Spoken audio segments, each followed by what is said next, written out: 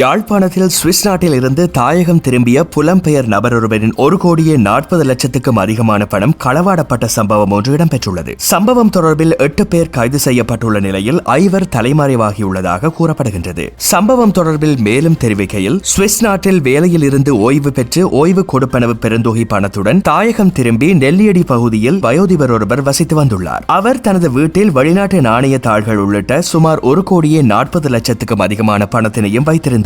இந்த நிலையில் கடந்த சில தினங்களாக தனது பணம் காணாமல் போவதனை அறிந்து அது தொடர்பில் அவர் நெல்லியடி போலீஸ் நிலையத்தில் முறைப்பாடு செய்துள்ளார். முறைப்பாட்டின் பிரகாரம் விசாரணைகளை முன்னெடுத்த போலீசார் குறித்த நபரின் வீட்டுக்கு வேலைக்கு வந்து செல்லும் இருவர் தொடர்பில் சந்தேகமடைந்து இருவரையும் கைது செய்து தீவிர விசாரணைகளை முன்னெடுத்தனர். விசாரணைகளின் அடிப்படையில் அவர்கள் இருவரும் தாம் பணத்தினை வீட்டிலிருந்து சிறிது சிறிதாக திருடி வந்ததாகவும் அவற்றினை நண்பர்கள் தெரிந்தவர்கள் ஊடாக நெல்லியடி பகுதியில் உள்ள வெளிநாட்டு பணங்களை மாற்றிக் கொடுக்கும் நிலையத்தில் பணத்தினை மாற்றியதாகவும் கூறியுள்ளனர். அதன் அடிப்படையில் தொடர் விசாரணைகளை மேற்கொண்ட போலீசார் திருட்டுக்கு உடந்தையாக செயற்பட்டமை, திருடப்பட்ட பணத்தினை உடைமையில் வைத்திருந்தமை உள்ளிட்ட குற்றச்சாட்டுகளில் மேலும் 6 பேரை கைது செய்தனர். சுவிஸ் நபரின் பணத்தினை களவாடிய குற்றச்சாட்டில் கைதானவர்களை பருத்தித்துறை நீதவான் நீதிமன்றத்தில் போலீசார் முற்படுத்தியதை அடுத்து அவர்களை விளக்கமறையிலில் வைக்குமாறு மன்று உத்தரவிட்டுள்ளது. அதேவேளை சம்பவம் தொடர்பில் மேலும் 3 பெண்களும் 2 ஆண்களையும் தேடி வருவதாக நெல்லியடி போலீசார் தெரிவித்துள்ளனர். சுவிஸ் நாட்டவரிடம் திருடிய பணத்தில் 75 லட்சம் ரூபாய் பணம், 9,000 சுவிஸ் பிராங்க், அதிநவீன மோட்டார் சைக்கிள் ஒன்று,